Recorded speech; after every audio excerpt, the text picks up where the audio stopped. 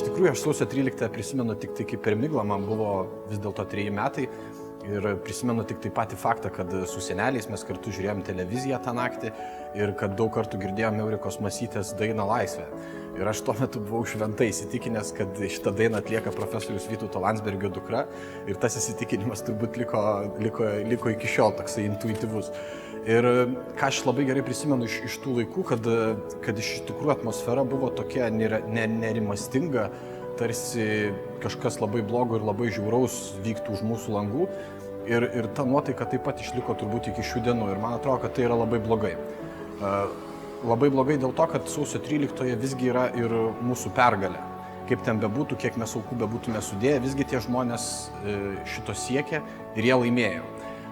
Todėl aš ir segiu šiandieną neužmirštuolę, nes tai yra priminimas, kad mes vis dėlto pasiekėm didelę pergalę, kuri yra labai svarbi. Ir aš tikiuosi, kad nei mano vaikai, nei aš, nei mano vaikų vaikai niekada šito neužmirš.